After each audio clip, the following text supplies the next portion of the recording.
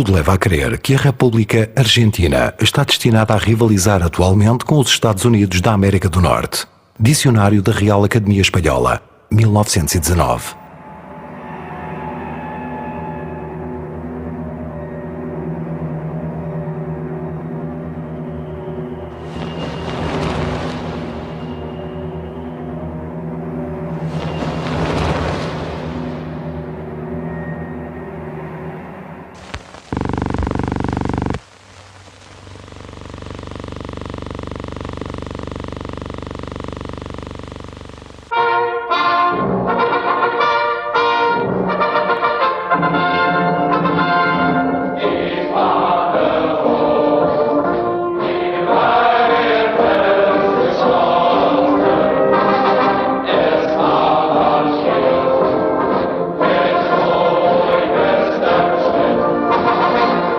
Mil argentinos e alemães festejam a anexação da Áustria pelo Terceiro Reich.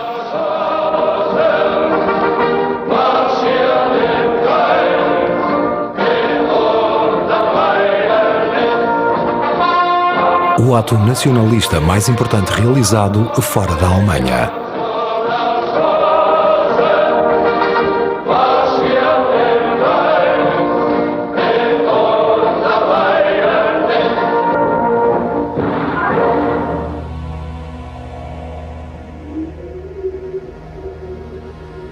No final da Segunda Guerra Mundial, os físicos alemães esforçavam-se por criar uma bomba atómica primeiro do que os Estados Unidos e, desse modo, juntamente com outras armas secretas, deter a queda iminente do Terceiro Reich.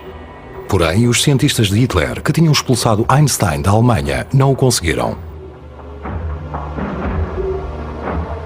Curiosamente, a Argentina, que se tinha mantido neutra durante a guerra e, graças a isso, acumulado grandes reservas, importava agora cientistas e técnicos do extinto Terceiro Reich. O objetivo era continuar a trabalhar no desenvolvimento da energia nuclear, sob as ordens de um novo líder, o general Juan Domingo Perón.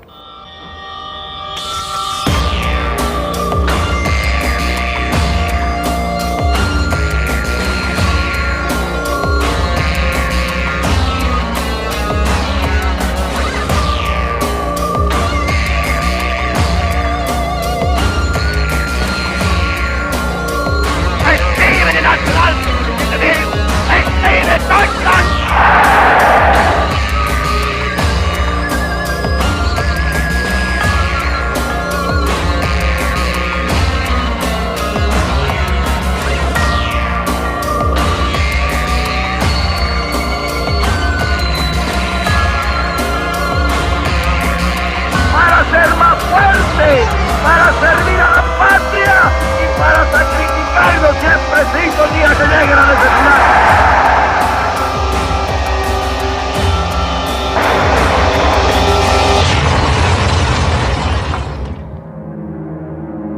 Projeto EMUL, o Quarto Reich na Argentina.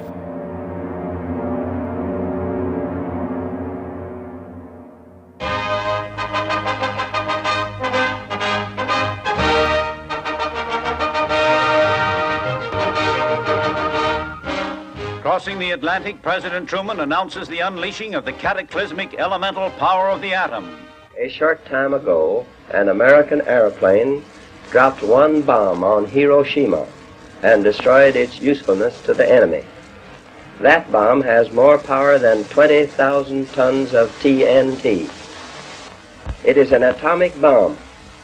It is a harnessing of the basic power of the universe.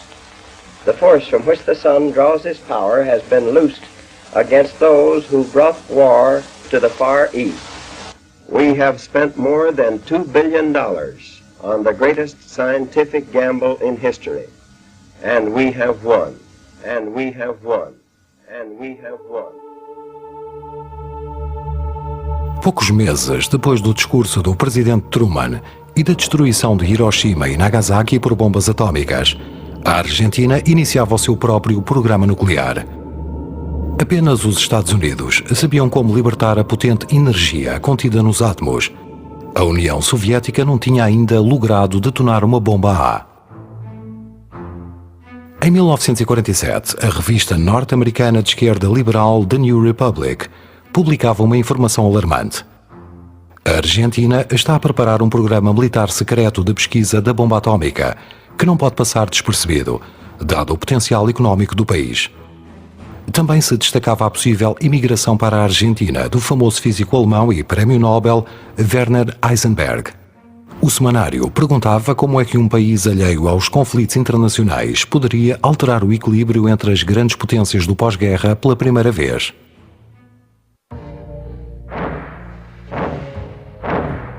Seria possível que as potências vencedoras permitissem que um país como a Argentina, que tinha declarado guerra ao eixo poucas semanas antes da sua derrota, desenvolvesse um programa independente de energia nuclear que ninguém para além dos Estados Unidos possuía. Tolerar-se-ia que os avanços da tecnologia atómica da Argentina se devessem à cooperação de cientistas alemães do extinto Terceiro Reich. Encobriria a terceira posição proclamada pelo general Perón, equidistante do capitalismo e do comunismo, um possível quarto Reich na América do Sul?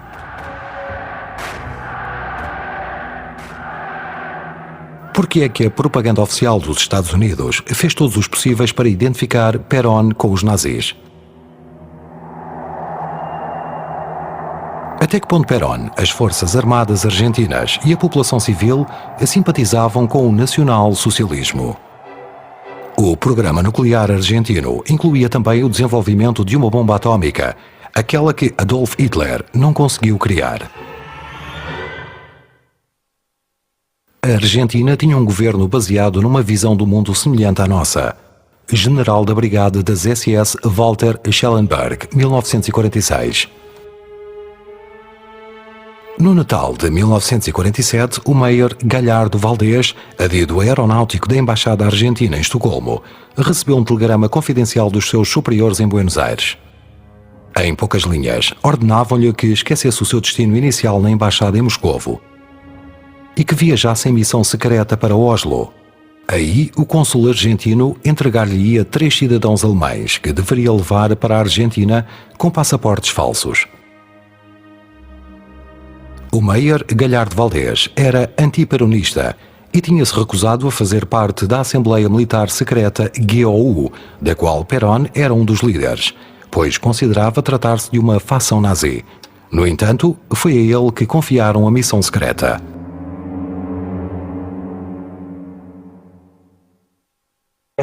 Depois da Guerra Mundial, Perón interessou-se muito pelos cérebros alemães. Tinha interesse por técnicos, professores universitários, engenheiros, e para eles, a Argentina tinha a porta aberta.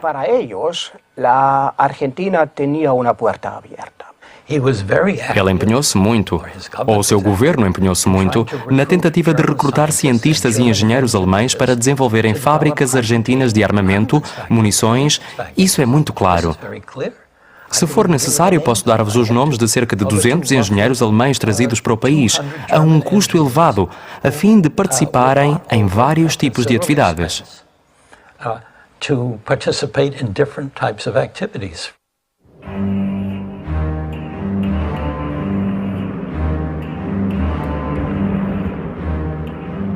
Pedro Jorge Matias. Essa foi a nova identidade de um dos 3 cidadãos transportados. Porém, o seu nome verdadeiro era Kurt Tank.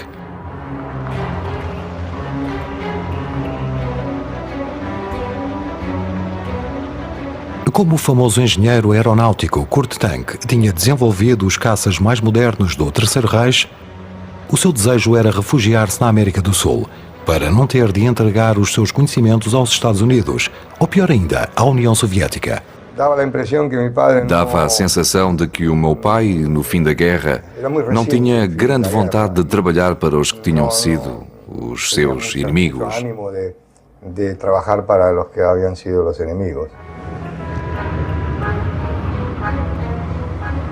Foi assim que fugiu da Alemanha para iniciar a sua nova vida na Argentina, onde era ansiosamente esperado por Juan Perón.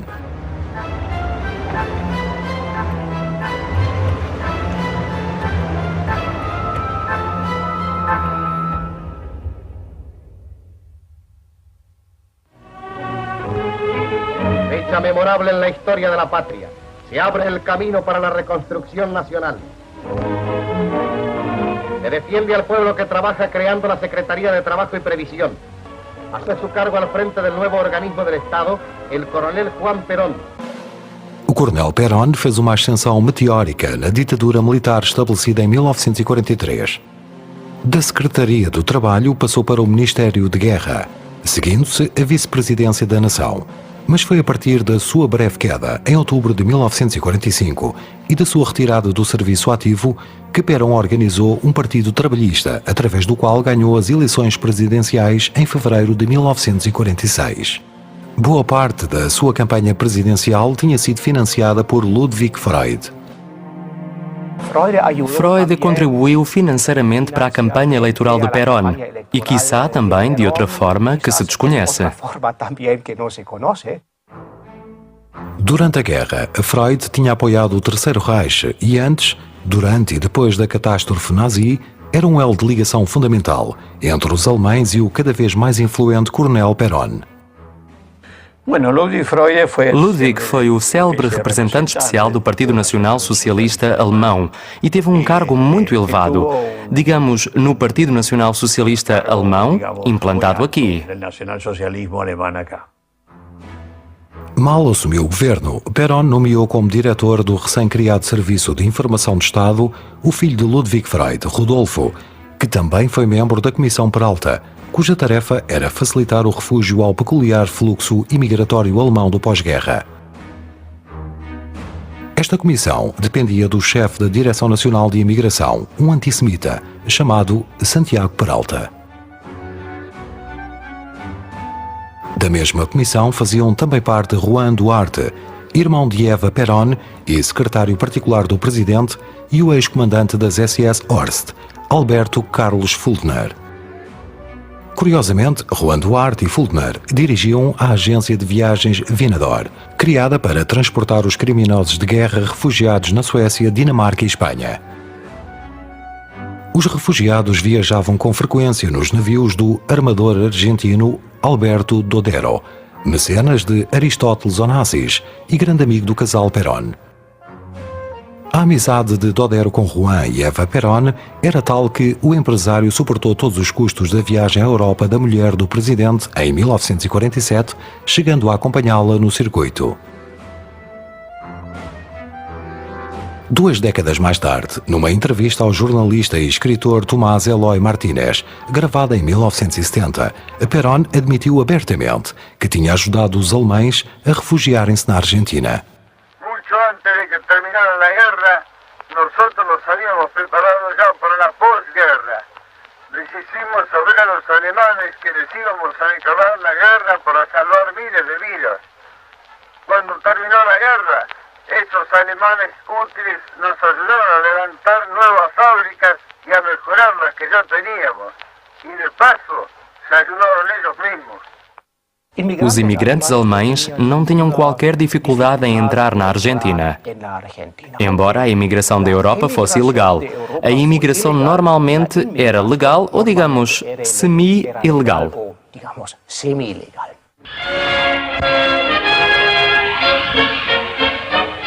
Por un acto de extraordinarias proporciones, los obreros de España despiden a la señora María Eva Duarte de Perón horas antes de su partida hacia Roma.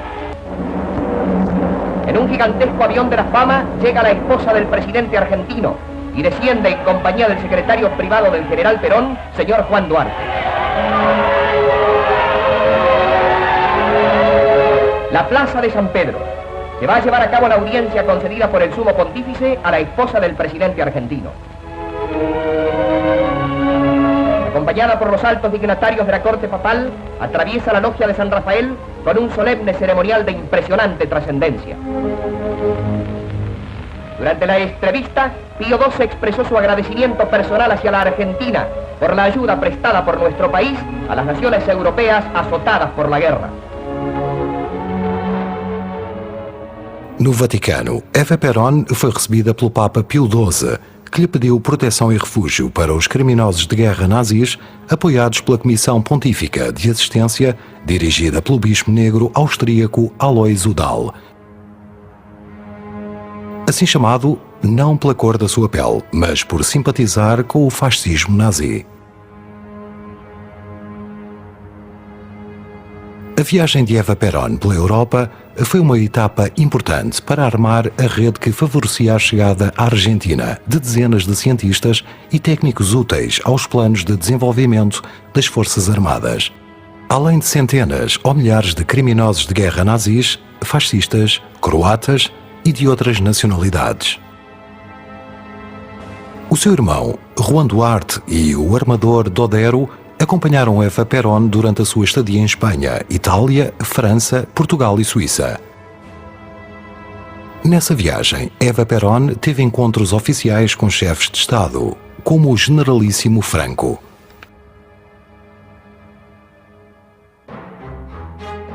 Num dossiê publicado em 1947, o Departamento de Estado norte-americano denunciava a transferência para fora da Alemanha de bens de industriais e oficiais superiores nazis. Segundo este relatório, através de testas de ferro, os nazis abriram contas bancárias secretas e criaram cerca de 750 sociedades anónimas em vários países, entre os quais se contavam a República Argentina, o país não europeu mais amigo da Alemanha. O edito militar dos Estados Unidos em Roma, Vicente Lavista, que acompanhava de perto a fuga de nazis para a Argentina, escreveu um memorando ao secretário de Estado George Marshall, onde revelava que o Vaticano é a principal organização implicada no movimento ilegal de nazis. Este documento secreto foi tornado público 35 anos depois. O Vaticano prestou uma grande ajuda a pessoas anticomunistas, colaboracionistas, fascistas e nacionais socialistas que queriam escapar. A rede Redline começava a funcionar. Graças à influência do funcionário Santiago Peralta na agência de viagens Via Nord, do ex-SS Foldnor e de Juan Duarte. Na Europa, graças à Comissão Pontifícia de Assistência e à Cruz Vermelha Internacional. Depois da visita de Eva Perón à Europa, encontraram refúgio na Argentina Joseph Mengele, com o nome falso de Dr. Helmut Gregor, bilhete de identidade argentino número 3940484. Adolf Eichmann, com o nome falso Ricardo Clemente, Joseph Schwamberger, Walter Kutschmann, Ludolf von Avensleben, Ant Pavlek, Eduard Roschmann, Gerhard Bonn, William Sassen, Hans Fischbach, Guido Zimmer, Klaus Barbie e Friedrich Lanchner. Para além dos criminosos de guerra, chegaram à Argentina dois admiradores fervorosos do nazismo. Hans Rudel, o piloto mais famoso de Stuka, e o militar mais condecorado do Terceiro Reich, a seguir ao Marshal Göring, e Kurt Tank, o engenheiro aeronáutico que projetou o caça alemão mais eficaz da Segunda Guerra Mundial, o Focke-Wulf 190. Tank viveu na Argentina com a identidade de Pedro Jorge Matias. De modo geral, a Argentina era muito receptiva, digamos, a tudo o que provinha da Alemanha, aos alemães, aos cientistas alemães, ao que se fez na Alemanha. O esforço, o potencial técnico da Alemanha foi sempre muito admirado por Perón. O potencial técnico da Alemanha sempre foi muito admirado por Perón.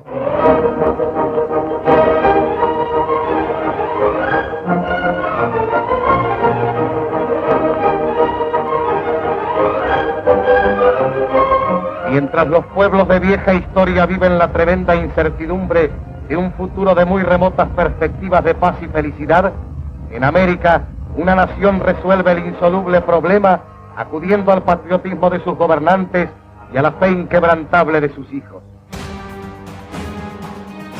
Em janeiro de 1945, a ditadura militar, cujo homem forte era o Coronel Perón, criou a Força Aérea Argentina.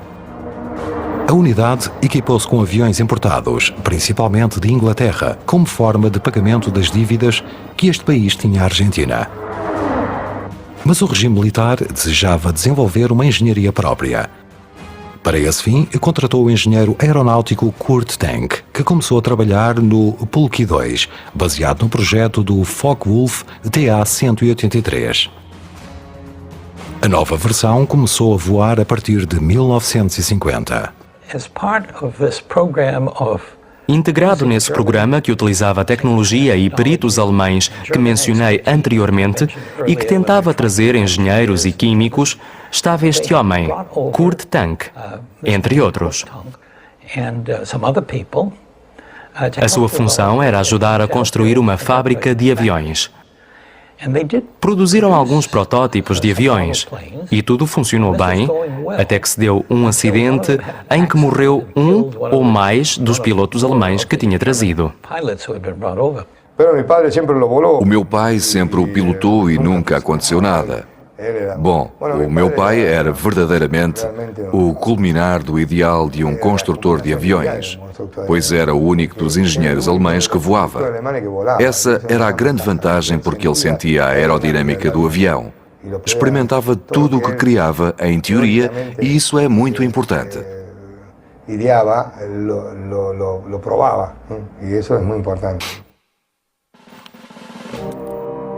Pouco depois de chegar à Argentina, o engenheiro Tank recomendou a Perón que incluísse o físico austríaco Ronald Richter no crescente plantel de cientistas e técnicos alemães ao serviço do governo peronista. Tank estava a realizar um excelente trabalho na fábrica militar de aviões de Córdoba, com o Pulky 2, e a sua recomendação foi acatada por Perón. Já conhecia a doutrina do nacionalsocialismo. Tinha lido muitos livros sobre Hitler. Tinha lido Mein Kampf. Não só em castelhano, mas também em italiano. Juan Perón. Nascido na Áustria em 1909, Richter teve o seu próprio laboratório antes de ingressar na Universidade de Praga, de onde saiu em 1935. Antes de partir para a Argentina, Richter trabalhou para a empresa alemã AEG e para o Institut de Pétrole, em Paris. Em maio de 1948, houve um primeiro contacto informal com Richter, que então se encontrava a trabalhar em Paris. Simultaneamente, o físico mantinha contactos oficiais com o exército norte-americano, que lhe oferecia trabalho naquele país. Quando a Alemanha capitulou perante os aliados, Richter estava a trabalhar em Berlim num laboratório próprio que, curiosamente, tinha sido montado pelo seu abastado pai.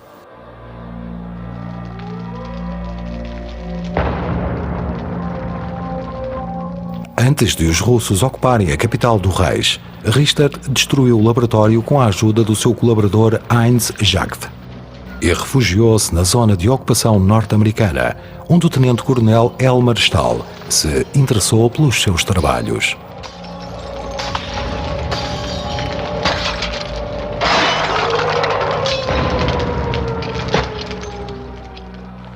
Der amerikanische Konsul, der mich einem strengen Verhör unterwarf, fragte mich, ob ich einen Sohn habe. Nein, ich habe eine Katze, sagte ich. Der Konsul erklärte mir, dass ich mit Katzen nicht reisen darf. Ich liebte sehr meine Katze Epsilon, so dass ich meine Absicht zu einer Reise nach den Vereinigten Staaten aufgab und stattdessen nach Argentinien ging. Ronald Richter era outra figura interessante, quase lendária. Veio para a Argentina por intervenção de Kurt Tank. Tank falou com Perón e mencionou essa personagem muito fascinante. Durante a guerra, Ronald Richter trabalhou em diversos projetos bélicos e tinha a ideia de usar a energia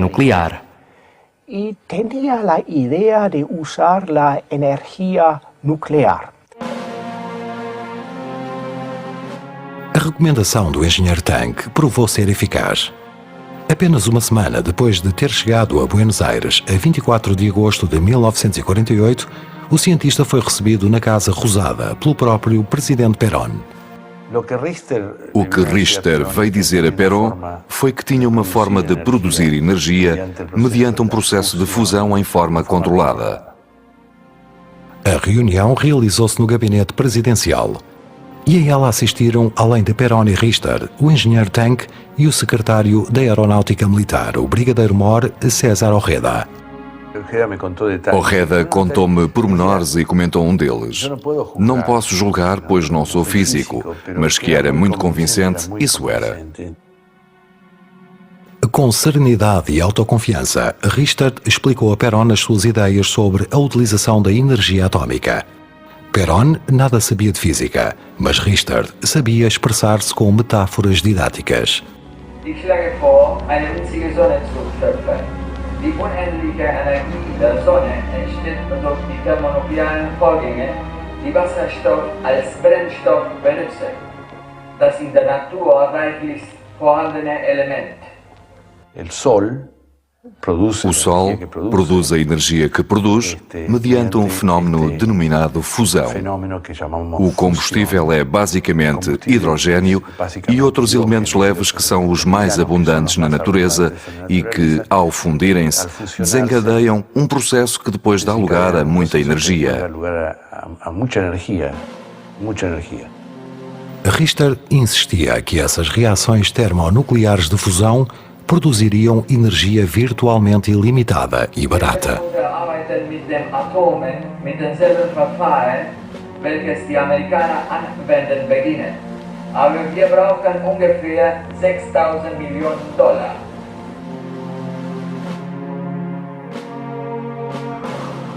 Das ist sicher, mit diesem Verfahren können wir Energie erzeugen, wenn Sie mir 6.000 Millionen $. geben. Das andere Verfahren besteht in der Schwänze. Auf diesem Wege können wir Erfolg haben oder nicht. Man muss 2 oder 3 Sachen entdecken und wir können Erfolg haben oder nicht. Aber das können wir mit wenig Geld machen. Pensemos na energia do Sol. Digamos, há muitos anos que ele brilha, há milhares de milhões de anos, e continuará a brilhar outros tantos milhares. A energia produzida pelo Sol é muita. Bastou aquele primeiro encontro com Perón para Richter se instalar em Córdoba, junto a Tank. Mas com um laboratório próprio. O projeto atômico estava em marcha. Em Córdoba, Richter trabalhou sem grandes novidades alguns meses. Em Villa del Lago, entre as modestas serras cordovesas, estabeleceu-se, graças a Perón, uma pequena comunidade de alemães, quase todos peritos em aeronáutica, incluindo os pilotos Behrens e o mais famoso Rudel. Mas Richter mantinha-se distante dos outros e não sentia que fazia parte do grupo de técnicos aeronáuticos. Quase todas as semanas, Richter e Tank viajavam até Buenos Aires, onde participavam em reuniões técnicas no gabinete do brigadeiro-mor Ojeda. Em Villa del Lago, tudo corria bem até alguns incidentes terem revelado que a personalidade do Dr. Richter não estava isenta de graves defeitos. Era autoritário e tinha uma veia paranoica que o fazia ver espiões e sabotadores em todo o lado, inclusive entre os seus colaboradores. Desse modo, a relação de Richter com o as-veterano do bombardeamento em voo picado Hans Rudel e os restantes alemães começou a deteriorar-se. Quando Javka, o seu colaborador que o tinha ajudado a destruir o laboratório em Berlim, chegou a Villa del Lago com a família, contratado a pedido de Richter, a vida social deste e da sua mulher limitou-se aos convívios com o Javka. As relações humanas em torno do líder do projeto atômico argentino eram tão más, ao ponto de Hans Rudel, perante a surpresa dos seus amigos nazis Behrens, Milderbach e Kallenbach, chegarem a propor que se colocasse uma bomba debaixo do carro de Javka.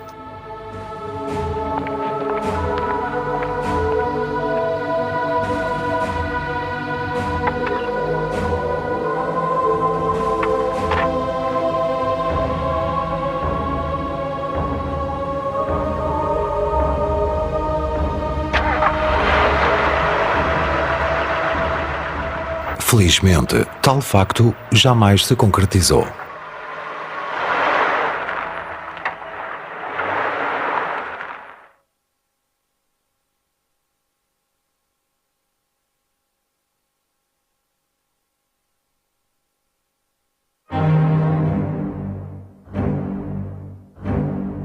No início de 1949, deflagrou um incêndio no laboratório de Richter, que, segundo a investigação policial, foi provocado por um curto-circuito.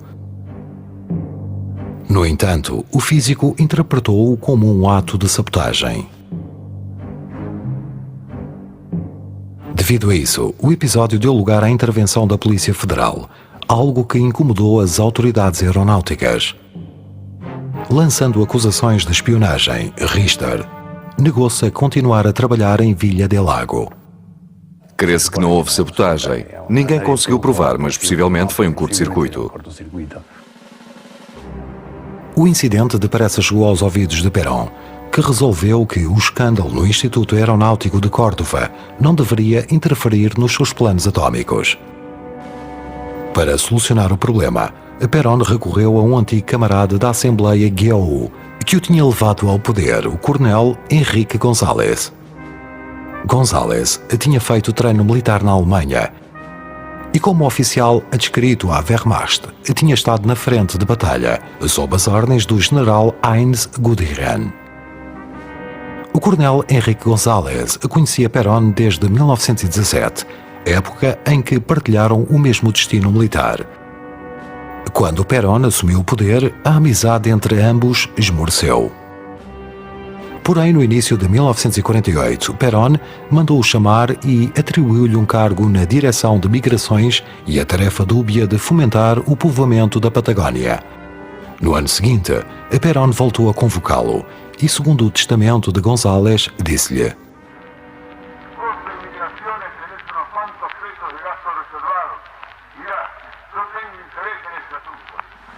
Então, Perón informou sobre o plano secreto para obter energia nuclear de fusão e os problemas que tinha com Richter.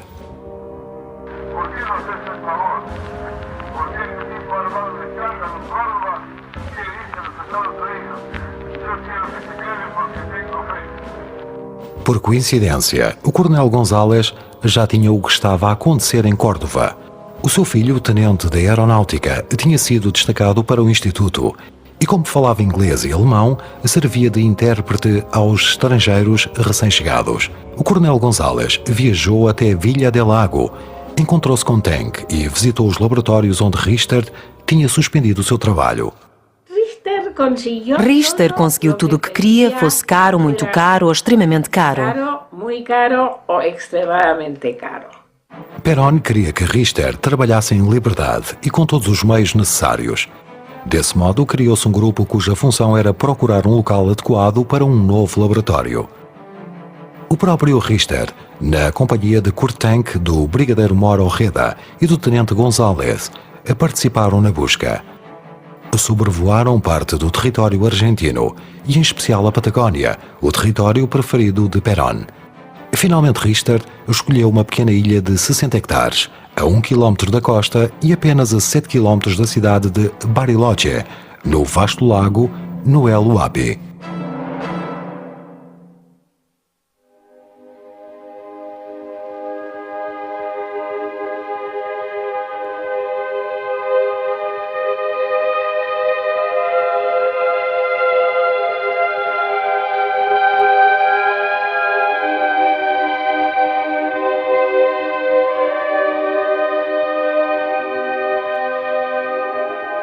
Reichlich reines frisches Wasser zur Abkühlung, keinen Staub, der die Apparate und Instrumente stören könnte und einen Ort, wo man geheime Arbeiten hüten kann.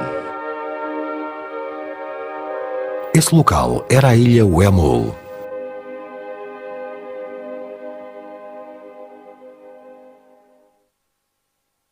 Nunca tinha visto uma natureza tão majestosa.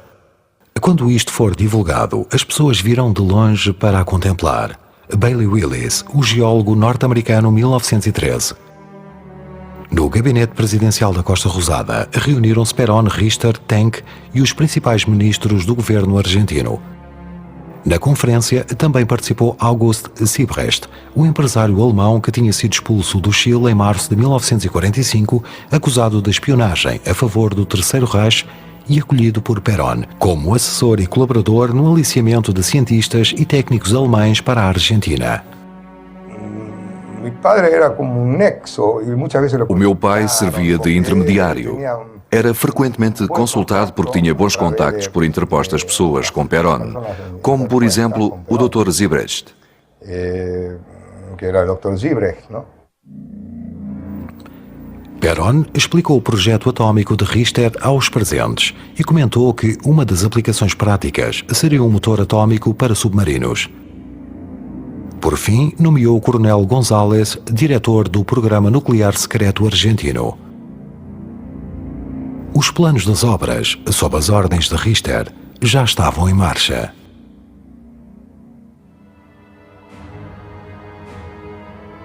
A 21 de julho de 1949, chegaram as primeiras máquinas à ilha Uemul.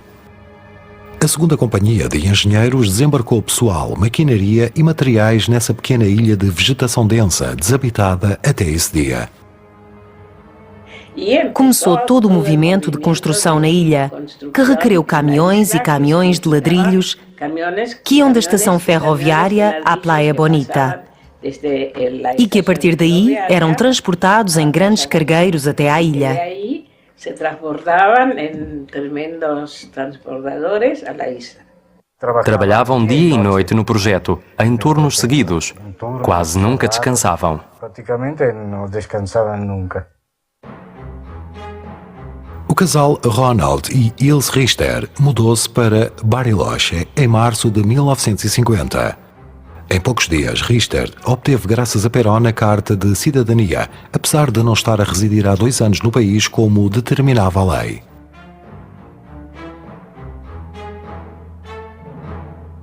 Na ilha havia 400 pessoas a trabalhar.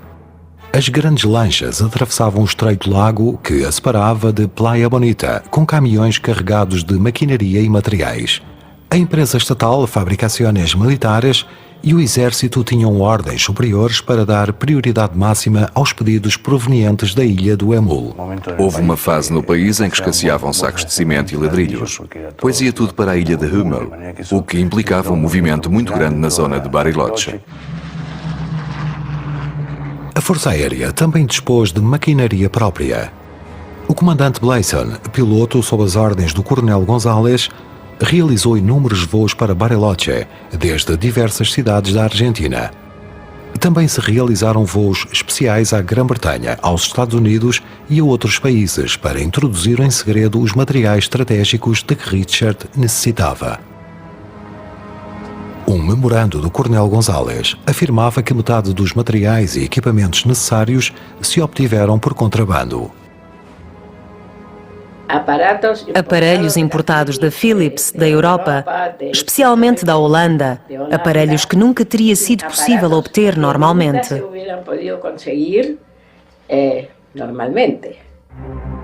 Pouco tempo depois de Richter se ter instalado na ilha, o general foi inspecionar o local com a sua mulher Eva.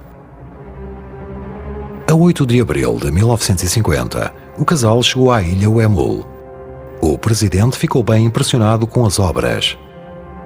Uma placa de betão com 20 metros de largura, sobre a qual se erguia a cofragem de madeira para as paredes do futuro reator de grandes dimensões, deixou-o surpreendido. Os noticiários de rádio e de cinema e os jornais da época, controlados por Perón, não fizeram eco da visita presidencial ao local mais secreto do país. No entanto, os rumores sobre um projeto especial que se realizava aí já se escutavam mais para além da cidade de Bariloche. Foi uma visita curta. Na verdade, ninguém falava disso. O dinheiro exigido pelo projeto da ilha Uemul já não podia justificar-se como gastos reservados da Direção de Migrações, dirigida pelo general González. Para justificar essas despesas, Perón assinou o decreto 10.936, que criava a Comissão Nacional de Energia Atômica e cujo primeiro presidente era ele próprio e cujo secretário-geral era o Coronel González. A decisão de Perón não se desfez, mas confirmou as suspeitas que pairavam em Buenos Aires, Washington e Rio de Janeiro. No Brasil, o político radical exilado Agostinho Rodrigues de Araia denunciou num artigo publicado pelo Folha da Manhã de São Paulo que o governo argentino queria fabricar uma bomba atómica e que o enunciado pacífico do decreto que criava a CONEA era uma cortina que visava ocultar a ambição hegemónica de Perón. A terceira posição proclamada por Perón pretendia uma Buenos Aires equidistante dos polos da Guerra Fria entre Washington e Moscovo, como se aquela Argentina autoritária, católica, militarista e sindicalista fosse para o resto da humanidade uma alternativa digna de consideração entre o capitalismo liberal e o comunismo totalitário. Para garantir esta declaração de independência, era necessário algo mais do que as reservas acumuladas pelo Banco Central durante a guerra. Era necessário emular os logros do fascismo e do nacional-socialismo que o capitão Perón tinha visto com os seus próprios olhos entre 1938 e 41. Perón tinha uma linha nacional-socialista. Lembremos-nos de que o partido se denominava nacional-socialista, um socialismo nacional. Talvez esperasse, quando chegou ao poder com as suas ideias, conseguir mover-se continuamente nessa direção. Perón admirava este tipo de solução. Para ele, não era totalmente adaptável à Argentina, mas talvez o fosse parcialmente. Perón copiou a nacionalização de várias empresas, o controle estatal dos sindicatos, o turismo operário e a ideia inovadora de criar uma Secretaria de Cultura da Nação. Quando finalmente conquistou todo o poder em 1946, não admirava os Estados Unidos, a Grã-Bretanha, a URSS e nem a Finlândia. A Itália e a Alemanha, que admirara até há pouco tempo, estavam de joelhos, invadidas e bombardeadas. Para estabelecer a sua pátria livre, justa e soberana, e com um cinismo astuto, para não ofender os vencedores, Perón aprovisionou o seu país de tudo o que pôde resgatar do naufrágio do eixo Roma-Berlim.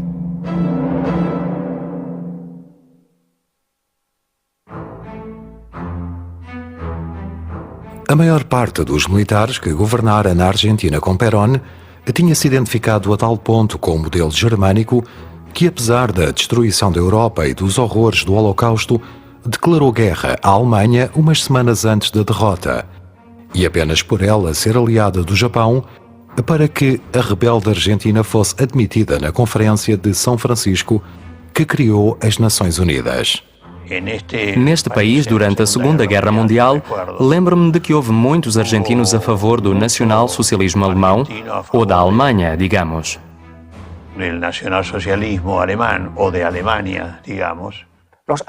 Os alemães escaparam para a Argentina a fim de se organizarem novamente e formarem o Quarto Reich. Houve uma campanha de propaganda intensa por parte dos britânicos, em que a Argentina figurava como um futuro campo de batalha.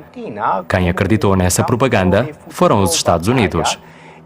Os que creían esta propaganda fueron los Estados Unidos. O Focke-Wulf TA-183 renascia nas pompas como o Pulque II. O as dos bombardeiros de voo picado Hans Rudel colaborava na construção das forças armadas mais poderosas da América do Sul. O novo serviço de informação da Casa Rosada era dirigido pelo filho de um alemão com fortes ligações ao nazismo. O programa atômico argentino, nominalmente pacífico, era dirigido por um físico austríaco que tinha trabalhado no Terceiro Reich. Perón já sonhava em voz alta com um submarino de propulsão nuclear de construção argentina.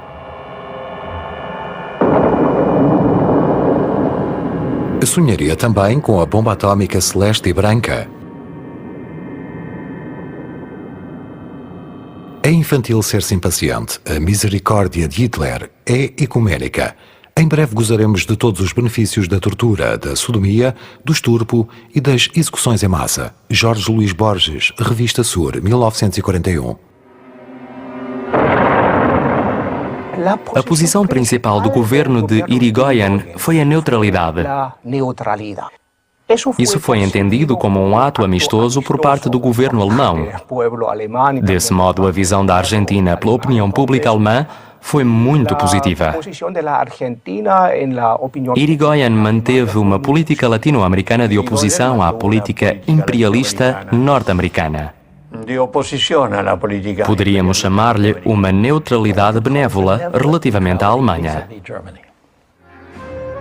Os vencedores não permitiram que a Alemanha fosse admitida na Liga das Nações, deixando-a de fora da nova ordem internacional, liderada, entre outras, pelos Estados Unidos, governados então pelo presidente Thomas Woodrow Wilson. Só uma nação levantou a voz para defender que não deveria haver países excluídos como a Alemanha e se retirou da Assembleia sob protesto. Essa nação foi a República Argentina.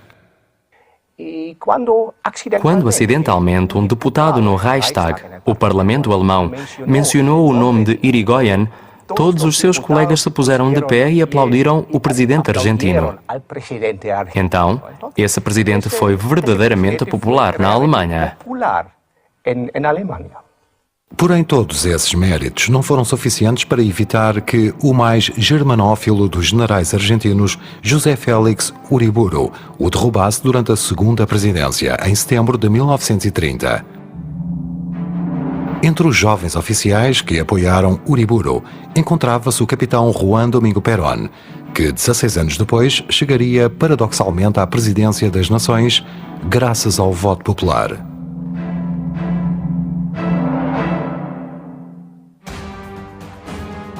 Dois anos depois, em 1933, chegou a Buenos Aires Billy Cohn, o comissário da Ausland Organization, uma organização para a internacionalização do Partido Nazi.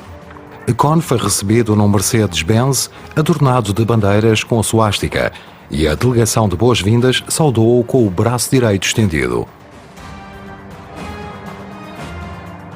A missão de Cohn era fundar o Partido Nazi argentino, num ato que se realizou com o Stalin em Cascos de Aço, uma organização pró-nazi. Mas que impacto teria isso na política exterior dos Estados Unidos e nas suas relações comerciais com o extremo sul da América?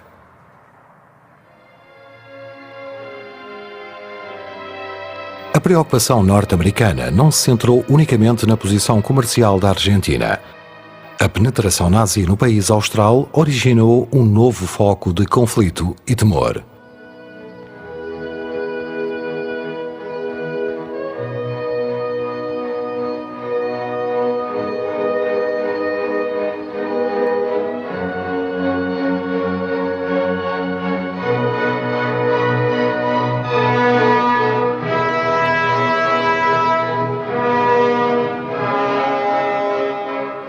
A força do Partido Nacional Socialista era tal no país que, na própria Alemanha, a Argentina era promovida como uma nação amiga.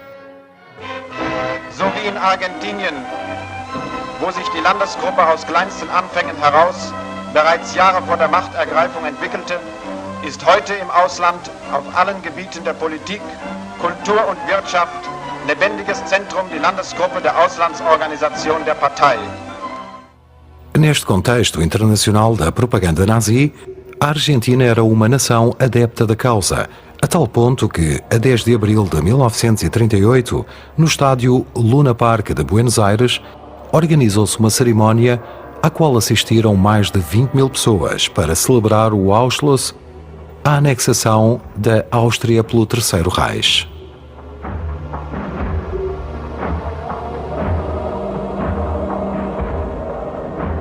Foi a demonstração pública mais importante que o partido realizou fora da Alemanha.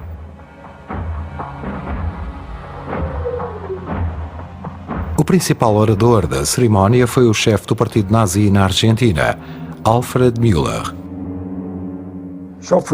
Fui com a minha mãe, o meu pai estava no pódio a discursar. Talvez nesse momento tenham dito, todos com o mesmo ideal, com a mesma ideia política. O que não era assim tão pouco. A Segunda Guerra Mundial vai ser muito mais complicada por causa da questão do nazismo, da questão do racismo, também por causa da colónia judaica que existia aqui e que tinha de se ter em conta. La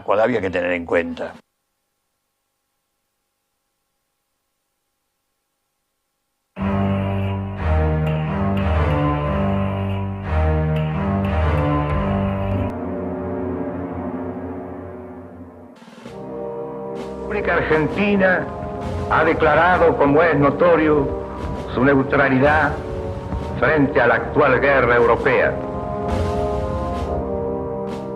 Em setembro de 1939, a Alemanha atacou a Polónia, dando início à Segunda Guerra Mundial. Coincidentemente, o então tenente-coronel Perón estava em viagem pela Itália.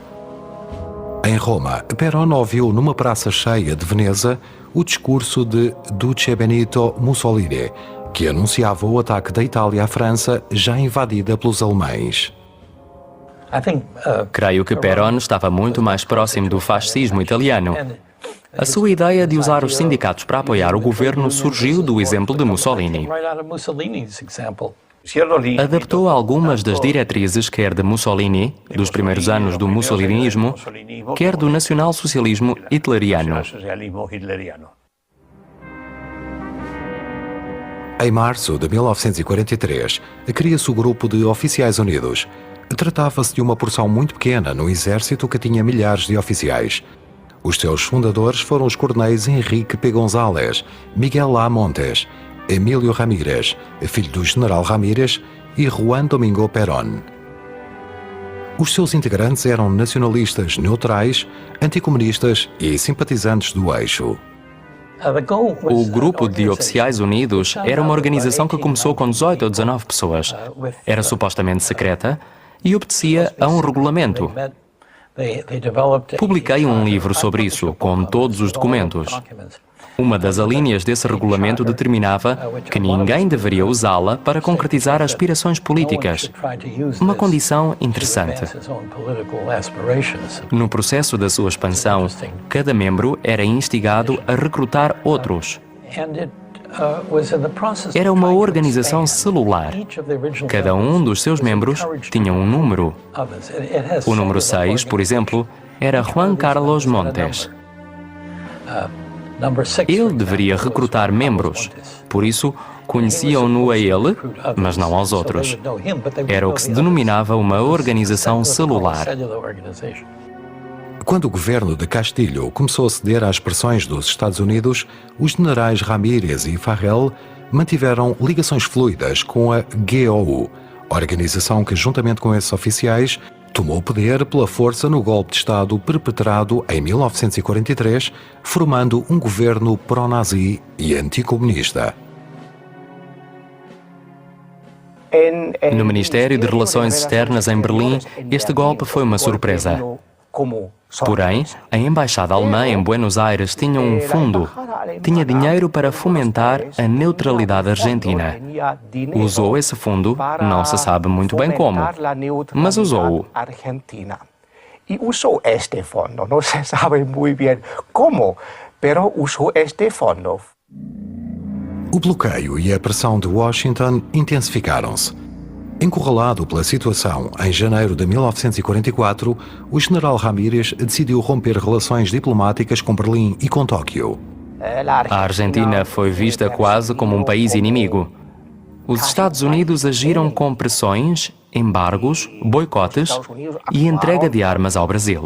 Pressões, embargos, boicote e entrega de armas ao Brasil. A pressão militar de Washington foi tal que, perto do final do Terceiro Reich, a ditadura de Farrell e Perón teve de declarar guerra à Alemanha no dia 27 de março, através de um decreto elaborado pelo próprio Perón. Aunque foi uma declaração que não queria. Tratava-se de uma declaração que não interessava a ninguém. E isso vê-se na formulação do decreto, que é realmente estranha. Não se declarava guerra à Alemanha por ser um país inimigo contra a civilização, mas apenas porque era aliada do Japão. Isso era tudo. De facto, não se trata de uma razão para uma guerra, mas o decreto de declaração de guerra foi formulado nesses termos e assinado, por exemplo, por Perón. Com a firma, por exemplo, de Juan Perón.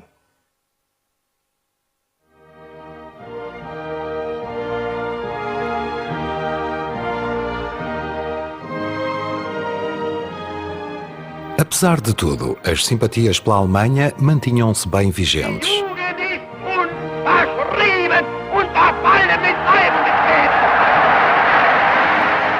No final da guerra, proibiu-se que as rádios e os jornais de Buenos Aires usassem a frase "caiu Berlim". Os calendários argentinos pareciam funcionar ao contrário do resto do mundo, e o pesadelo de um quarto Reich continuava a pairar sobre a Argentina.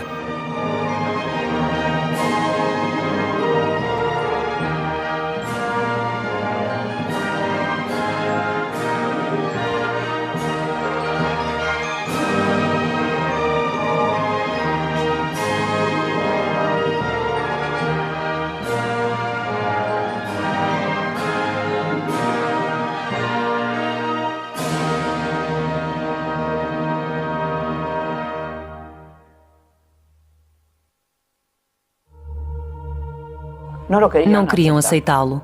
Agiam como se fosse impossível. Sempre, até ao último momento, esperou-se por essa bomba B2 que Hitler prometia continuamente e que iria salvar a situação. Não queriam aceitar a situação, inclusive depois da queda. O nosso ideal era sermos algo no mundo. A honra da Argentina estava em jogo. Se virasse contra a Alemanha, era como desferir um golpe contra um rival agonizante. Mas, por outro lado, tenho de reconhecer que também não conhecíamos outra coisa. Muita juventude, filhos de alemães nascidos na Argentina, foi lutar pela Alemanha durante a guerra. E muitos deles morreram. Em meados de 1945, o coronel Perón tinha se tornado o militar mais influente e poderoso da Argentina. O governo dos Estados Unidos opôs-se liminarmente a Perón. O embaixador Braden teve muito destaque naquela época, mas fracassou. Então começou um período de embargos e boicotes, de uma quase inimizade entre os Estados Unidos e a Argentina.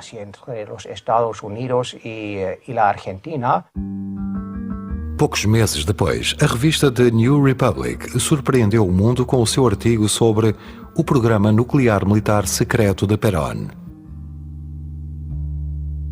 Em rigor, tratava-se de um plano de desenvolvimento científico-nuclear que tinha sido criado pelo prestigiado Dr. Enrique Gaviola, então presidente da Associação de Físicos Argentinos e diretor do Observatório Astronómico de Córdoba.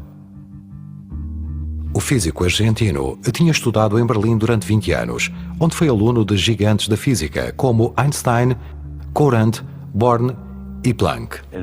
O artigo foi escrito por William Mizell e acusava os físicos argentinos de quererem fabricar uma bomba atómica para o ditador Perón, além de muitas outras coisas. A realidade era bem diferente, pois Gaviola era totalmente antiperonista, estava completamente divorciado do governo. Digamos, o seu objetivo era outro. Todas as boas intenções do projeto de Gaviola tiveram o seu fim devido à pressão britânica e norte-americana, mas mais por causa do próprio governo argentino, quando o poder executivo não lhe deu a sua aprovação. Perón virou-lhe as costas. Contudo, o novo presidente da Argentina tinha o seu próprio projeto atômico secreto. Richter conseguiu, numa única entrevista com Perón, contar com um apoio infinitamente superior àquele com que poderia contar ou procurar em Gaviola. Uma conjuntura tão favorável como a presente para converter a Argentina num país civilizado e culto pode não voltar a surgir nos próximos 100 anos. Sr. Enrique Gaviola, Buenos Aires, Argentina, 1946. Em maio de 1950, começou a construir-se o reator de Richter, na ilha de Uemul. Tratava-se de um monumental cilindro em betão com 12 metros de altura e outros tantos de diâmetro. Os operários não podiam parar. Sabiam que estavam a intervir no projeto mais importante da história do seu país. Era fantástico, pois havia uma atividade colossal, sobretudo um grande entusiasmo. Evidentemente, todos estavam muito atentos, digamos, a tudo o que estava a acontecer, pois o movimento era intenso. O seu grande esforço não tinha sido em vão. A obra foi concluída com êxito. A ilha de Uemul já se tinha transformado no primeiro centro atômico de fusão nuclear do mundo.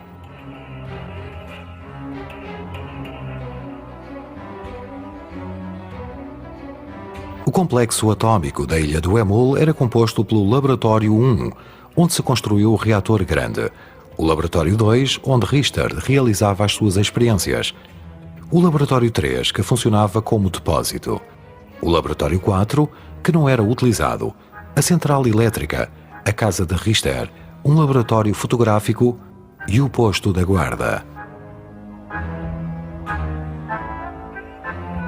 Em junho retirou-se a cofragem e Richter e a sua equipa viram a estrutura externa do reator já terminado.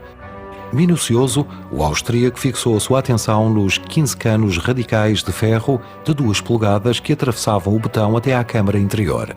Como tinha observado no outro local da ilha uns canos de fibrocimento com 20 cm de diâmetro, sem grandes explicações, disse: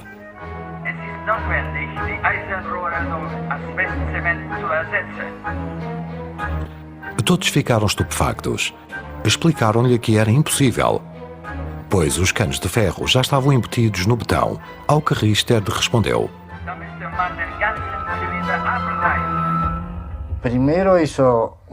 Primeiro, mandou construir um enorme cilindro exterior dentro daquele edifício. E depois, começou a abrir fendas. E ele mandou demoli-lo totalmente.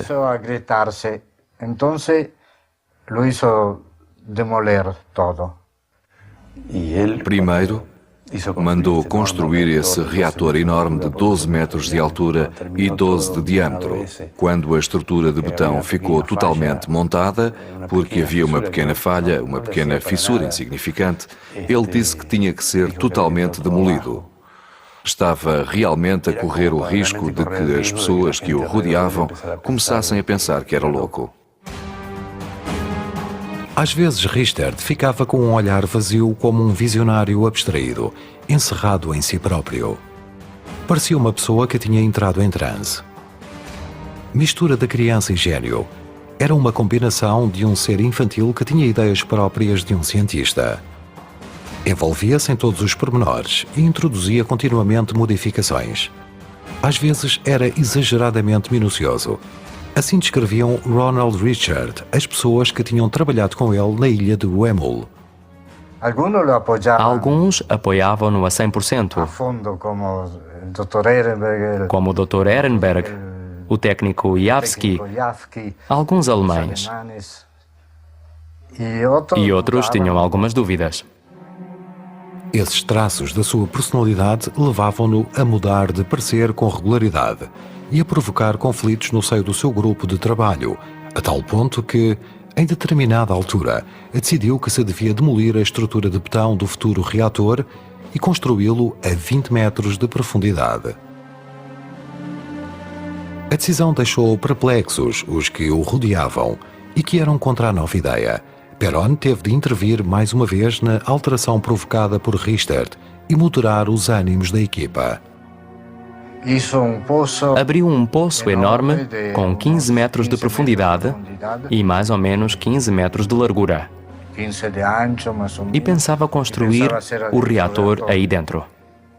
Depois, de repente, mandou enchê-lo completamente.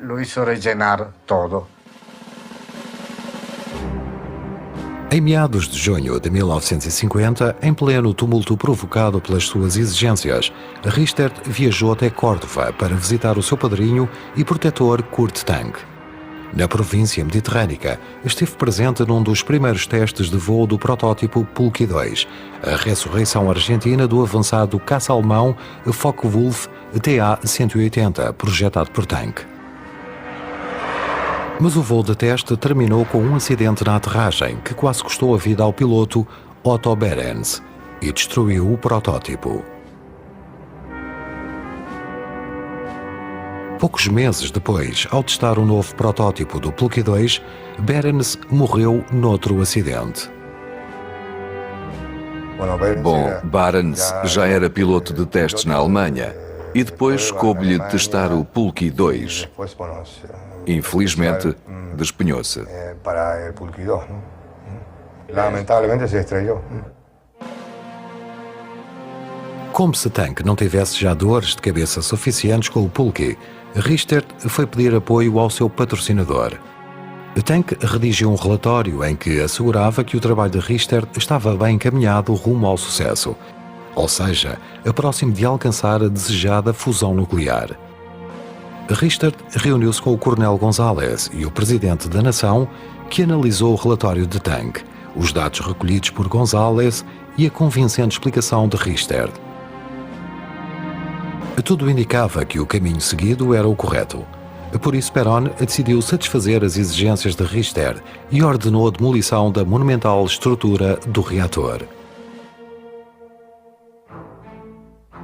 Richter regressou à ilha de Huemul reconfortado com o apoio de Perón. Pouco depois, a sua mulher deu à luz uma menina, Mónica. O gato, Epsilon, já não era filho único.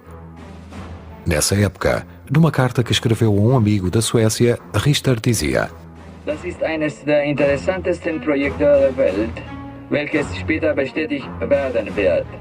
In Argentinien gibt es keine Hindernisse. Das Leben ist noch billig und sehr angenehm. Hier gibt es noch einen Winkel, wo man die Sachen großartig machen kann. Em torno de Richter crescia a impressão de que o físico austríaco não estava no seu juízo perfeito. Obcecado com a possibilidade de espionagem e sabotagem na sua central nuclear, certa tarde ordenou a todos os seus colaboradores que fossem ver Walk a Crooked Mile, um filme de Hollywood sobre espionagem nas experiências atómicas norte-americanas. Depois ordenou à sua equipa que fizesse uma sessão de treino de tiro de pistola na carreira da guarnição. Noutra ocasião, numa reunião de amigos em sua casa, disse que a radioatividade faria com que os homens que trabalhavam no Laboratório 2 perdessem a virilidade e também comentou que a ilha poderia converter-se numa massa de vidro se um dos testes do projeto fracassasse. Nesse caso, teria de se evacuar a população de Bariloche. Mas a principal preocupação de Richter era a segurança. Pelo que li nos livros de Mare Scotti, era uma pessoa bastante difícil. Tinha uma grande autoconfiança.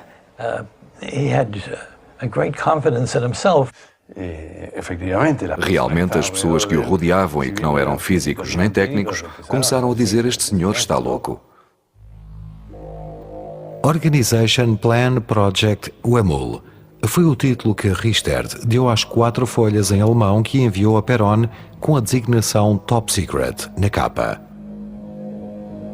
A maior parte do documento referia-se à segurança do projeto e, mais importante, era o pedido do controlo absoluto da ilha, sugerindo a Perón um plano de proteção extrema. Propunha que houvesse uma guarda armada com a indicação de abrir fogo que se autorizasse e obrigasse o pessoal a usar armas para impossibilitar a entrada de agentes secretos. Além disso, pedia a construção de uma torre de observação com farol giratório, a colocação de uma guarda dupla nos laboratórios ultra-secretos, um plano de iluminação que não deveria ser difundido e uma lança de invasão disponível para transportar tropas em caso de ataque ou chegada de espiões. Dizem que havia uns 2 agentes que se tinham infiltrado como técnicos e que espiavam o que fazia. Era o que se dizia, não posso confirmá-lo. A vigilância era feita pela guarda que estava na secção Huemul. A ilha era vigiada pela guarda dia e noite. A mim chamaram-me uma vez, porque Richter inventou que em Cerro Otto havia um casal alemão que, com binóculos, o controlava na ilha. O chefe da guarda pessoal de Richter foi buscar-me para os interrogarmos num dos pavilhões, que agora é do Instituto, mas que pertencia ao exército. Bom, trouxeram os desgraçados de Cerro Otto. Era um casal que não sabia castelhano. Não sabia o que lhe estava a acontecer. Não fazia ideia do que se tratava.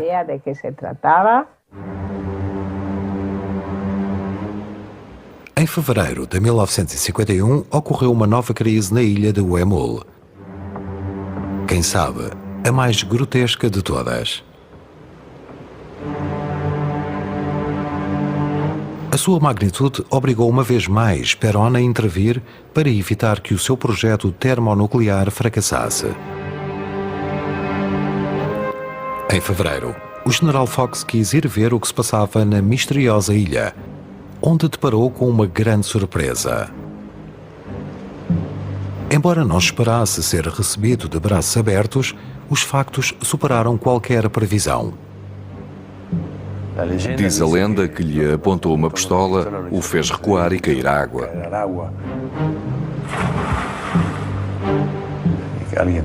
Alguém disse com um ar de troça que a boina ficou a flutuar. É verdade que foi uma crise séria. Foi uma atitude ofensiva que teria merecido repúdio e sanções. Porém, a 28 de fevereiro, o Perón enviou-lhe uma carta manuscrita que dizia: Querido amigo, lamento lo ocurrido con el coronel Fox. Se trata de la rigidez militar y de un malentendido, según explica el ministro del Ejército. Mi deseo es que usted trabaje allí tranquilo y sin preocupaciones de ningún género. Para tal fin, adjunto una orden mía que usted puede hacer valer allí en todas circunstancias.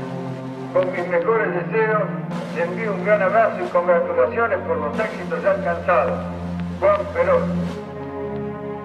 Ainda mais incrível é a ordem que Perón anexou à sua carta. Presente queda usted designado mi único representante en la isla Huemul, donde ejercerá por delegación mi misma autoridad. Buenos Aires, 1 de marzo de 1951. Através desta ordem, Richter foi investido de poderes presidenciais dentro dos limites da ilha de Huemul. Uma concessão sem precedentes e, sem dúvida, anticonstitucional.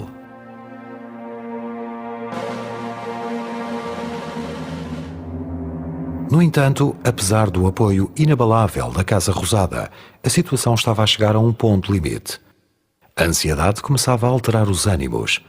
Deviam obter-se resultados a curto prazo. Finalmente, a notícia chegou. Era a informação mais esperada por Perón. Um assunto de Estado em que o presidente tinha apostado tudo e mais ainda. A 16 de fevereiro de 1951, na distante ilha de Huemul, na Patagónia Argentina, realizava-se a primeira fusão nuclear controlada da história, segundo o cientista austríaco Ronald Richter. Em admirável sincronia com o êxito termonuclear, em fevereiro de 1951, o engenheiro Kurtank e a sua equipa apresentaram a Perón o último protótipo do Pulque 2, que voou com sucesso sobre o aeroporto de Buenos Aires. El general Perón observa las características de este formidable aparato en cuya construcción se han aplicado las más recientes experiencias de la aviación moderna. Es un avión de caza del tipo monoplaza, dotado de una potentísima planta motriz que le permite alcanzar velocidades superiores a los 1000 kilómetros por hora.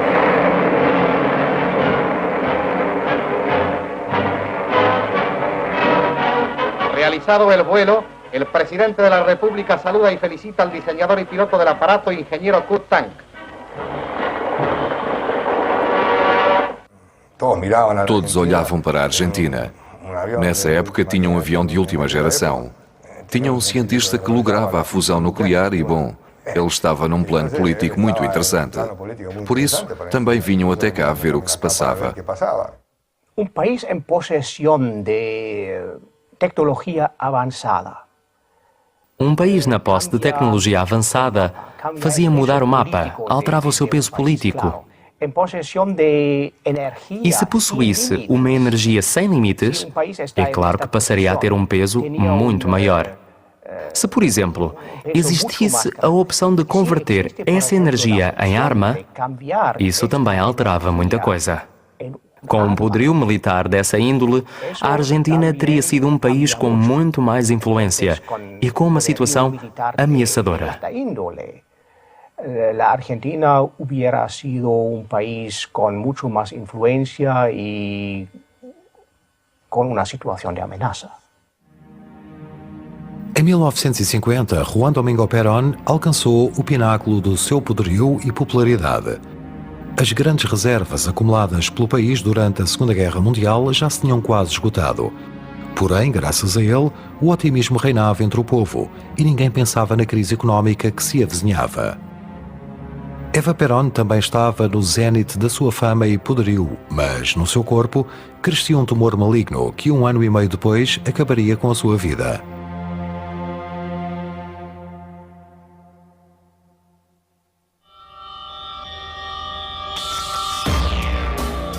O objetivo de Perón, da nação em armas, também parecia um feito, já que as despesas militares da Argentina superavam as do Chile, da Colômbia, do Peru, do Brasil e da Venezuela juntos. A Argentina de Perón e a Espanha de Franco eram os únicos países do mundo onde o nacionalismo-socialismo e o fascismo não eram um pesadelo do passado recente, mas sim um sonho nostálgico em que a humilhante derrota se mesclava com desejos de vingança. Na guerra tinham perdido tragicamente os seus pais putativos, Adolf Hitler e Benito Mussolini. Porém, na próspera Argentina do pós-guerra, tinham encontrado um pai adotivo e protetor. Na Argentina, ser nazi não era um problema. Talvez fosse quase uma virtude.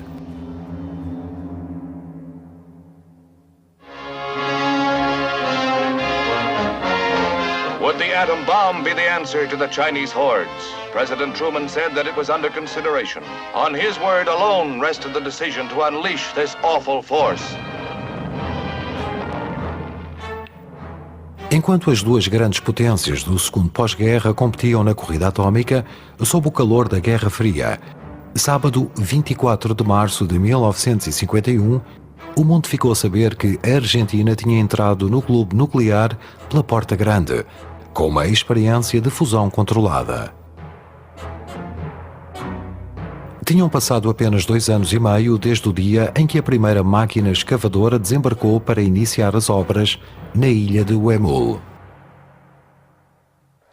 En estos momentos hacen su aparición el excelentísimo señor presidente de la Nación, general Juan Perón, empresario que ha efectuado los trabajos sobre energía atómica, profesor doctor Ronald Richter, autoridades, jefes y oficiales de las Fuerzas Armadas.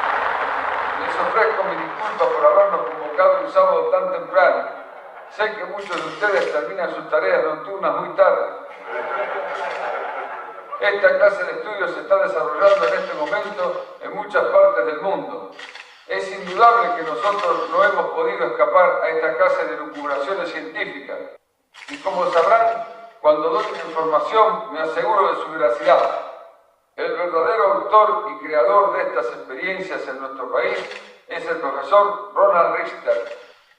El 16 de febrero de 1951, en la planta de energía atómica en la isla Huemul de San Carlos de Bariloche, se llevaron a cabo con éxito reacciones termonucleares, bajo condiciones de control en escala técnica. Richter escreveu o comunicado em si. Um parágrafo relativamente curto e algo obscuro que dizia: a 16 de fevereiro de 1951, na ilha de Huemul, logrou-se produzir uma reação de fusão termonuclear sob condições controladas. Uma reação de fusão termonuclear bajo condições de controle. Como era de esperar, o anúncio provocou um rebuliço na imprensa de todo o mundo e originou inúmeras especulações. Nesse sentido, um telegrama da agência France Presse dava conta da inquietude dos especialistas em política norte-americana relativamente à possibilidade de a Argentina quebrar, a seu favor, o equilíbrio de forças nessa parte do hemisfério, caso chegasse a produzir produtos atómicos em larga escala. Es un nuevo sistema. Se trata, como dice el Dr. Richter, de encender soles artificiales en la Tierra. Ich halte es für wichtig zu behaupten, dass dies nicht eine Kopie des Auslandes ist. Es ist ein ganz rein argentinisches Projekt. Für Ausländer sowie für uns wird es etwas ganz Neues sein. Und ich möchte betonen, dass, wenn der Präsident der Nation es nicht unterstützt hätte, die Ausführung unmöglich gewesen wäre. Das Projekt wurde ausgeführt von einer Gruppe von Personen, welche täglich in großer Gefahr standen. Und die Gefahr wächst täglich. Die Lage ist wirklich aufsehenerregend. Was den Amerikanern jetzt gelingt mit der Explosion der Wasserstoffbombe, wurde in Argentinien schon in den Laboratorien und unter Kontrolle ausgeführt. A Comissão de Energia Atômica dos Estados Unidos recusou comentar o anúncio argentino. Diversos funcionários e peritos em questões nucleares manifestaram incredulidade e suspeita. Apesar disso, alguns meios norte-americanos divulgaram a inquietude gerada pela Argentina devido à sua descoberta científica, embora os físicos mais prestigiados do mundo não acreditassem na grande notícia divulgada por Perón.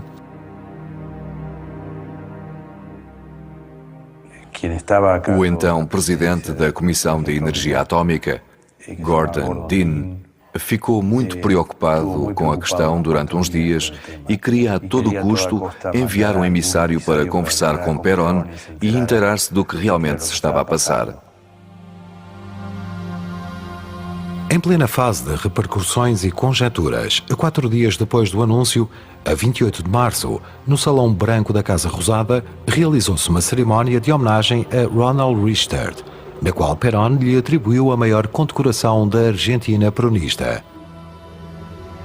Richter foi nomeado doutor honoris causa da Universidade de Buenos Aires, perante os olhares embevecidos de Eva Perón e Isle Richter. En el Salón Blanco de la Casa de Gobierno, el sabio profesor Ronald Richter es objeto de las más merecidas distinciones con motivo de los extraordinarios trabajos que realizara logrando la liberación controlada de la energía atómica. El primer magistrado impone al doctor Richter las insignias de la medalla peronista a la lealtad. Al entregaros esta medalla, dice el presidente Perón, os ofrecemos nuestra amistad, nuestra gratitud y nuestro cariño, persuadidos de que sabréis honrarla y ennoblecerla. Con palabras del sabio termina la significativa ceremonia. Zu unserer eigenen Überraschung und zur authentischen Überraschung haben wir einen Fortschritt erreicht, der führt bis heute die ganze Welt nach Argentinien schaut.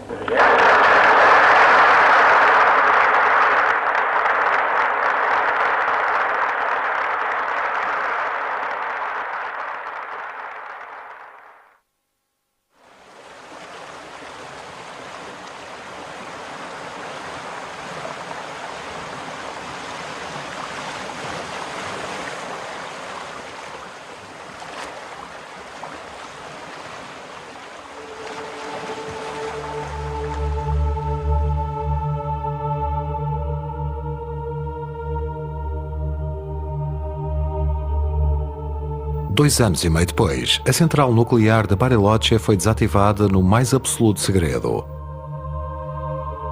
Apesar disso, o acesso ao local manteve-se vedado.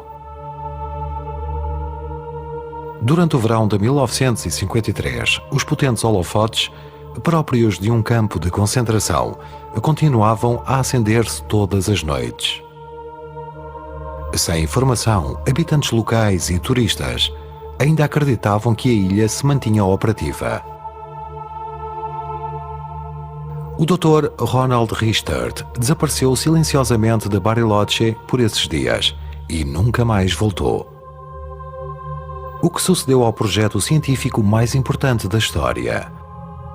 Por que é que o Dr. Richter manteve até ao dia da sua morte, em 1991, que tinha sido bem-sucedido?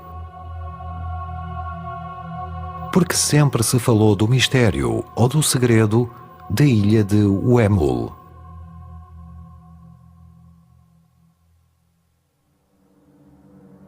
Foi possível, em 1951, conseguir alcançar uma descoberta que, hoje em dia, não consegue ser realizada por todas as nações mais poderosas do mundo juntas?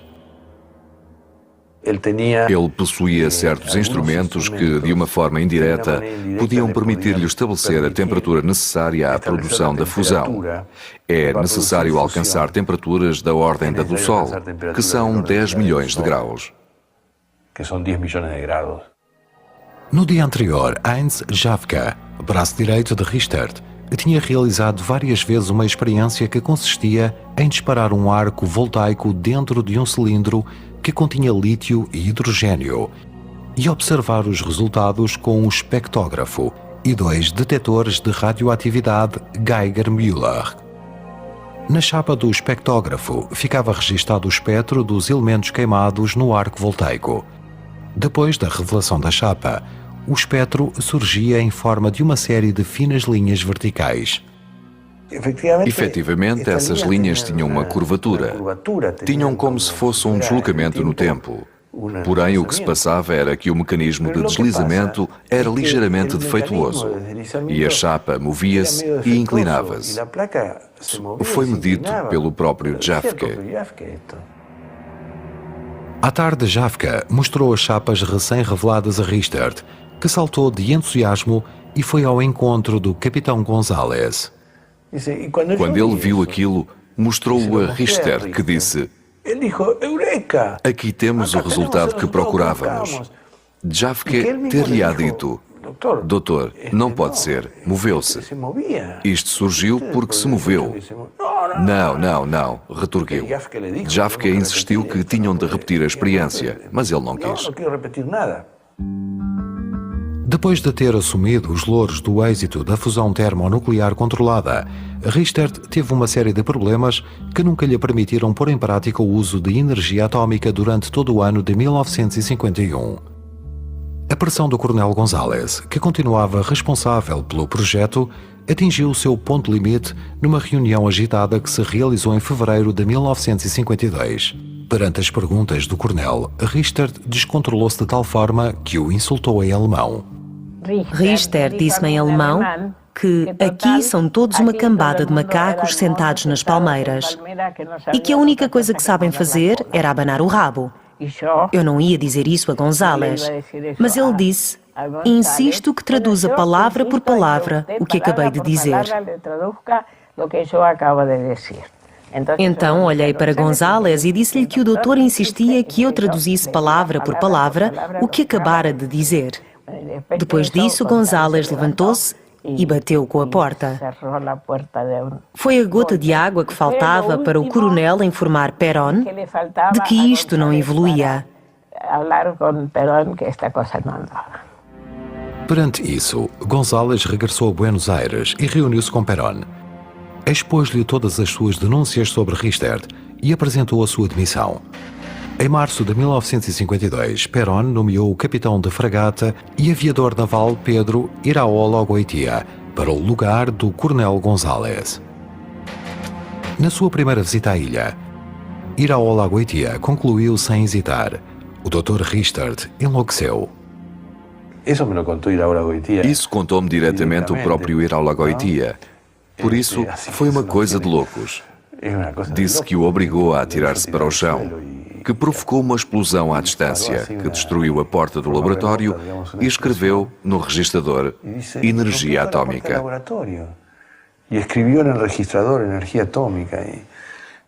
Em setembro de 1952, viajaram para a ilha cientistas e legisladores para realizarem uma inspeção. Os detectores registaram radiações e afins, mas parece que não eram originadas por uma reação nuclear, apenas pelos campos elétricos. Todas essas experiências falharam. Richter afirmou que tinham sido bem-sucedidas, mas não havia dúvida de que tinham falhado. Porém, ele continuava a insistir que tinha tido êxito naquela ocasião, em 1951. O Dr. Balseiro e o engenheiro Bancora, integrantes da comitiva, consideraram o trabalho de Richtert uma farsa. Depois, o professor alemão Richard Ganz e o doutor argentino António Rodrigues, dois prestigiados físicos, desvalorizaram completamente a descarga de Richtert. O ato final da carreira atómica de Richtert foi um confronto entre ele e o professor Ganz e o Dr. Rodrigues no gabinete do ministro Mende na Casa Rosada. Foi o tiro final para Richtert. O cientista não soube defender a sua posição com rigor. Perón já lhe tinha retirado o seu apoio. Perón já não aceitava receber Richter. O cientista foi para Buenos Aires e tentou encontrar-se com Perón, mas não conseguiu. Em seu lugar, esperava o par Ganz Rodrigues. E também eles foram perentórios. E depois, o que aconteceu? E depois o que passa? 2 dias depois, Richtert regressou a Bariloche, mas só o deixaram voltar ao seu chalé de Playa Bonita. A 4 de dezembro, o New Times noticiou que o sonho atómico de Perón se desvanecia.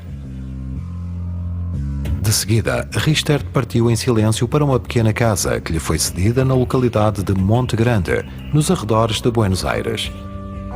Tempos depois, comprovou-se que a maioria dos equipamentos de leitura de Richtert estava mal ligada ou mesmo desligada. Richter pediu para ser ouvido e os deputados recusaram. Disseram que era ilegal, que não se pedisse explicações a ninguém. Então, detiveram-no no Congresso. Ficou 5 dias detido no Congresso. Aí, foi entrevistado por repórteres do New York Times e tudo. Quando o New York Times saiu, Richter prometeu devolver a medalha de lealdade peronista quando fosse libertado.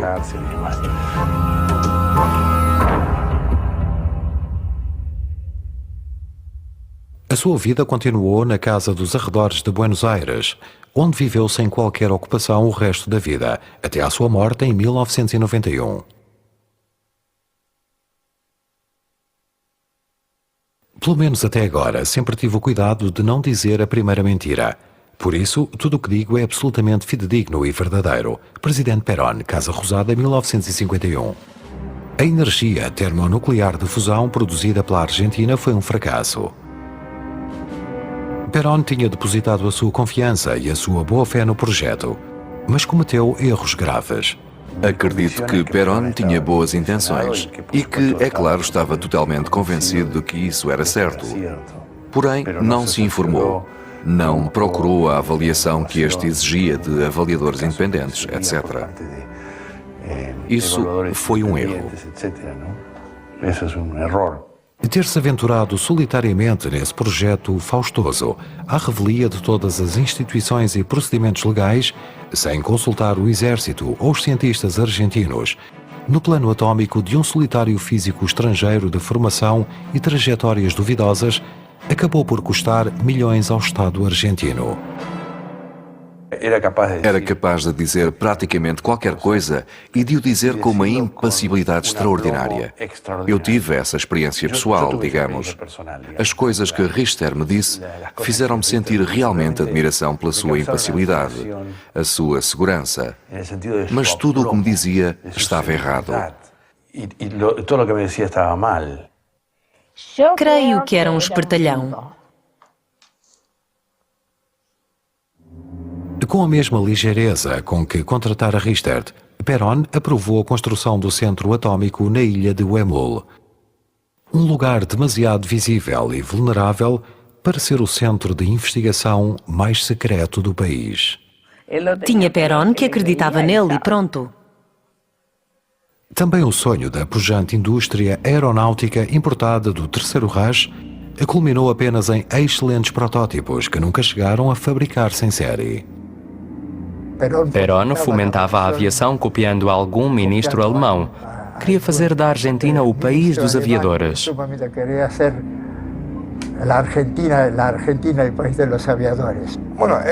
Bom, era muito interessante para a Argentina munir-se nesse sentido de todo o material humano que ficou aqui, um pouco à deriva. Embora muitos tenham ido para os Estados Unidos, Era o momento de dar um passo aqui. Era realmente importante. Foi lamentável não se ter aproveitado por questões políticas. Era o ressurgimento. Foi outro ressurgir que acabou curado. Construímos os nossos aviões, tínhamos uma fábrica de aviões em Córdoba, mas desmantelaram tudo. Tivemos-lo. Porque o perdemos? Ninguém faz essa pergunta. O certo é que, 60 anos depois da fusão em escala técnica de Huemul, em Cadarache, a uma distância reduzida de Marselha, no ano de 2010, começará a funcionar o International Thermonuclear Experimental Reactor. Foi um empreendimento que exigiu um quarto de século de investigação, investimento financeiro e trabalho dos maiores especialistas do mundo. Isso vai ser o futuro da humanidade, a fusão. Não precisaremos de urânio, de petróleo, de nada. Apenas de água. Nem petróleo, nem nada, somente água. Teoricamente, teríamos uma fonte inesgotável de energia, relativamente limpa, relativamente ecológica, digamos. Em 1958 veio da Suíça o Dr. Gerholm, que deu uma conferência no Centro Atômico. Para começar, prestou homenagem a Richter, dizendo que ele foi o primeiro cientista do mundo que pensou em fazer isso e que, graças a ele, o interesse foi despertado. Agora, em vários países, isso é alvo de estudo. É a solução para o futuro, mas realmente para o futuro.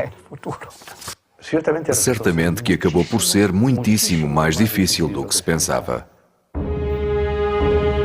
O Quarto Reich na Argentina era um sonho incomensurável do inconsciente dos militares prussianos argentinos. Quando o nacionalsocialismo e o fascismo caíram na Europa, encontraram eco na suposta colónia mais brilhante de Espanha e renasceram num sistema político unipessoal como eles, o peronismo. No seu último discurso à nação, Perón perdeu as estrebeiras e declarou que qualquer argentino podia matar quem tentasse alterar a ordem. Con las mismas palabras del 45, aquel que en cualquier lugar intente alterar el orden en contra de las autoridades constituidas o en contra de la ley o la Constitución, puede ser muerto por cualquier argentino. Y cuando uno de los nuestros caiga, caerán 5 de ellos.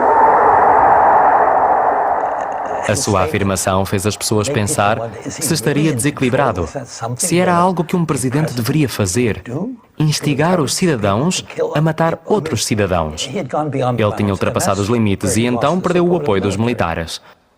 Há uma ligação direta entre esse comportamento e o que sucedeu ao seu apoio militar.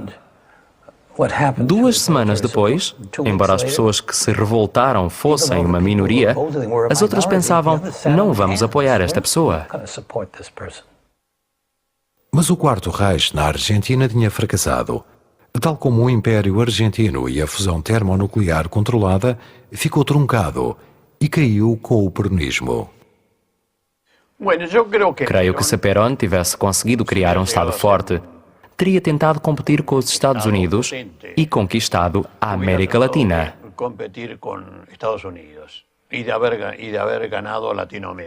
Pode brincar-se com a ideia de que seria isto ou aquilo, mas na minha opinião, Perón não era tanto um ideólogo, mas antes um político inteligente oportunista.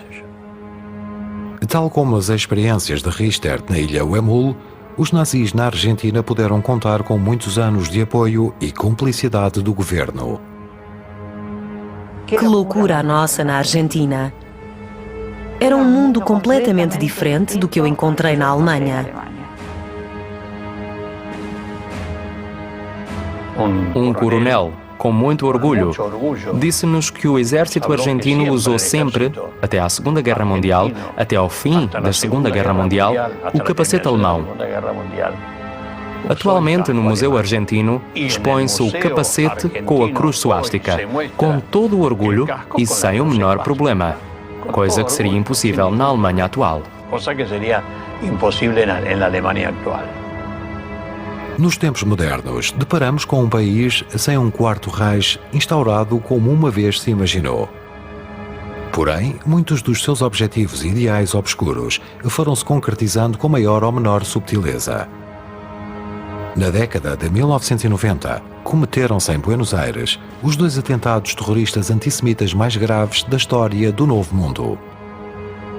A explosão de uma bomba na Embaixada de Israel que provocou 27 mortos em 1992, tentado contra a Associação Mutual Israelita de Buenos Aires em 1994, que matou 86 pessoas.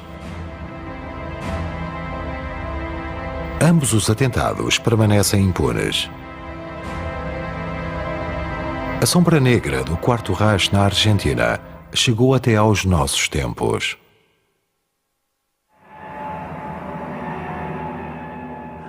Vejo que estas coisas terríveis têm as suas raízes na história do país, nas tradições, nas hostilidades, na incapacidade de criar uma sociedade tolerante para com a diferença. Agora está melhor do que era, mas para mim estas coisas têm raízes históricas. Até certo ponto, talvez o modelo nazi encaixasse ou tivesse uma certa influência, mas temos sempre de olhar para fora para explicar estes factos trágicos que aconteceram no país.